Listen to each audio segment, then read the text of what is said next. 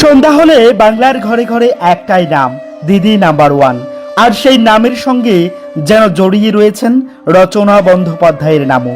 দীর্ঘ 15 বছরের বেশি সময় ধরেই তিনি শুধু একটি অনুষ্ঠানের সঞ্চালকই ছিলেন না, তিনি হয়ে উঠেছিলেন বাংলার প্রতিটি পরিবারের আপন মানুষ, সবার প্রিয় দিদি।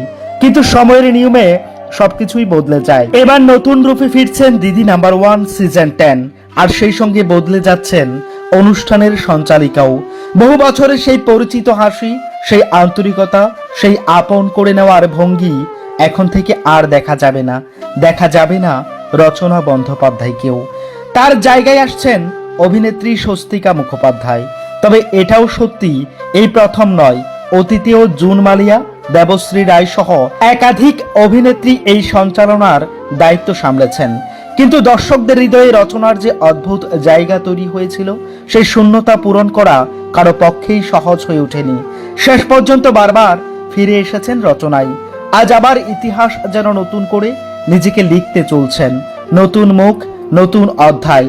কিন্তু দর্শকদের মনে একটাই প্রশ্ন, রচনা বন্দ্যোপাধ্যায়ের সেই ভালোবাসা, সেই আবেগ কি কেউ ছুঁতে পারবেন? হয়তো অনুষ্ঠান চলবে, নতুন সঞ্চালকও নিজের সেরাটা দেবেন, কিন্তু কিছু মানুষ থাকেন যাদের নাম শুধু একটি অনুষ্ঠানের সঙ্গে নয়, কোটি কোটি মানুষের আবেগের সঙ্গে জড়িয়ে যায়। আর সেই কারণেই দিদি নাম্বার ওয়ান বললেই আজও প্রথম যে মুখটি চোখের সামনে ভেসে ওঠে সেটি একটাই, রচনা বন্দ্যোপাধ্যায়। তার অনুপস্থিতি অনেক দর্শকের মনেই যেন এক টুকরো শূন্যতা রেখে যাবে।